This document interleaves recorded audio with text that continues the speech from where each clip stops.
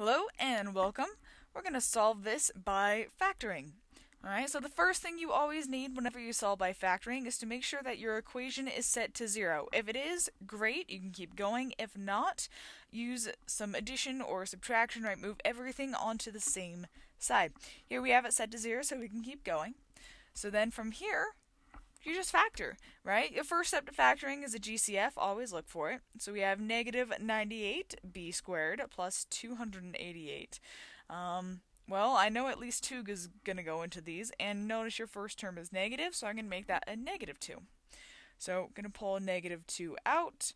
Half of 98 would be 49. So negative 98 divided by negative 2, positive 49. B squared.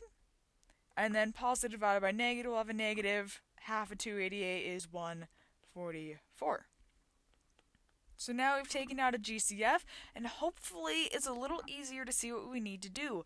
Because you'll notice that now we have two things, right? We have 49, and we have 144, and most importantly is that there's subtraction between them. This is what we call a difference of squares. Remember, 49 is the perfect square of 7 and 7. 144 is the perfect square of 12 and 12. B is being squared as well. That is also a perfect square. So that means your final answer with those factors is 7, right? There are two B's, so B plus 12 and 7b minus 12. Alright, that is the difference of squares, where essentially what you kind of do is you take one of your 7's, one of your b's, you put them in each parenthesis, right? 1 7, 1 b, put them in each parenthesis. And then we have a minus 12 goes on each side. Alright, the negative 2 is just there up front. And then last but certainly not least, we still have that equals 0. So to do your last step, to find your solutions, what b equals, you ask, okay, this is what we call the zero product property, where you have some number times some number is 0, in which case, if you have two numbers that are multiplying to 0, one of them has to be 0. So go through the cases, right? Because here we have number equals 0. Well, it's either negative 2 is going to be 0. Is negative 2 ever going to be 0? No, it's not. That's not going to be a solution. Okay?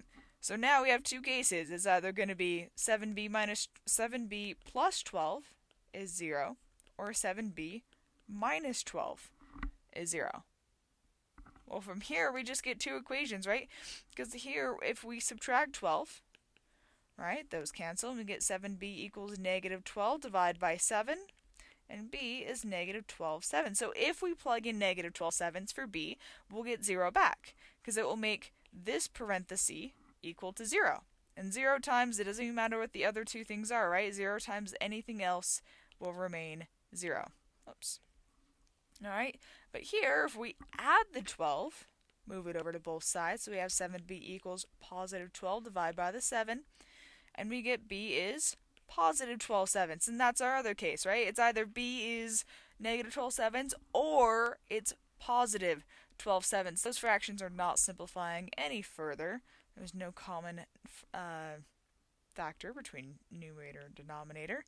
So your final answer is negative 12 sevenths or positive 12 sevenths, and that is your final answer.